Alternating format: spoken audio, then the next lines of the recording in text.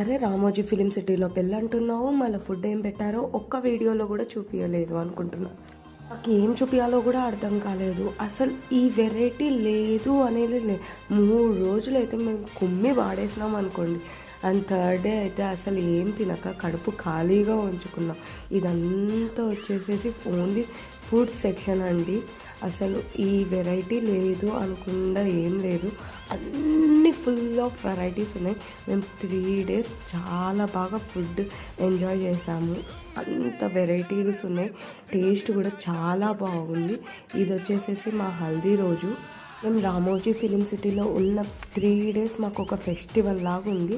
అసలు పెళ్ళి అనే ఫీలింగే రాలేదు. అండ్ ప్రతి ఒక్కటి ఈవెంట్ చాలా బాగా ఆర్గనైజ్ చేశారు.